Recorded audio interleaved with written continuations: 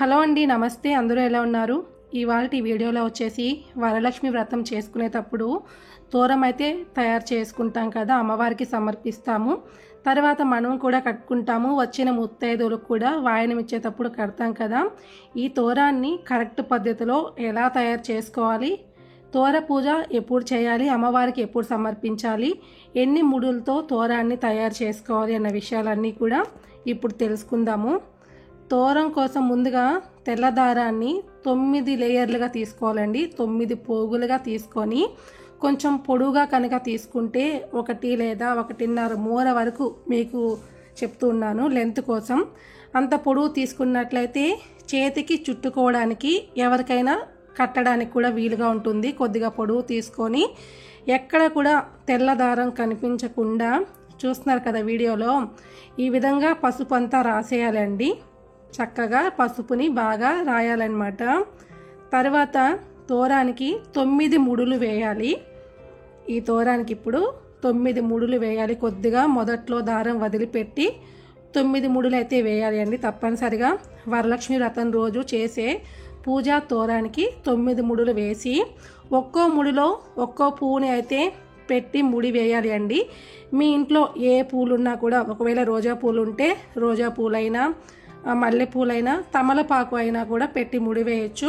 ఒకవేళ పువ్వులు పెట్టి ముడి వేసే సమయం లేకపోతే ముడి అయినా కూడా వేసి కుంకుమ బొట్టు అయితే కూడా పెట్టుకోవచ్చు అండి. ఒక పువ్వు కట్టినా కూడా సరిపోతుంది. మధ్యలో ఒక పువ్వు పెట్టి ముడి వేసినా కూడా సరిపోతుంది అండి. 9 ముడులు అయితే తప్పనిసరిగా వేయాలి. ఈ విధంగా 9 ముడులు వేసుకున్నాక ప్రతి ముడికి కూడా తప్పనిసరిగా కుంకుమ బొట్టు అయితే పెట్టుకోవాలి. ఈ తోరాలు వచ్చేసి ముఖ్యంగా 3 అయితే తప్పనిసరిగా చేయాలి అండి. 1, వరలక్ష్మి వ్రతం చేసేటప్పుడు పూజా సమయంలో అమ్మవారికి మనం తోర పూజ చేశాక అమ్మవారికి ఒకటి సమర్పించాలి. తర్వాత 1 మనం కట్టుకోవాలి. ఇంకొకటి వాయనం ఇచ్చేటప్పుడు పెద్ద ముత్తైదు కట్టి తోరాన్ని వాయనం ఇస్తే చాలా మంచిది. తర్వాత ఎన్నైనా కూడా తోరాలు తయారు చేసుకొని వచ్చిన ముత్తైదువులకు అందరికీ కూడా కట్టవచ్చు. ముఖ్యంగా 3 అయితే తప్పనిసరిగా తోరాలు చేసి అమ్మవారికి 1, మనకు 1 వాయనం ఇచ్చేటప్పుడు ఎవరికైనా కట్టవచ్చు. లేకపోతే మనతో పాటు పూజలో కూర్చున్న వారికి కూడా తోరాన్ని అయితే కట్టవచ్చు. ఈ విధంగా 3 అయితే తప్పనిసరిగా తయారు చేసుకోవాలి.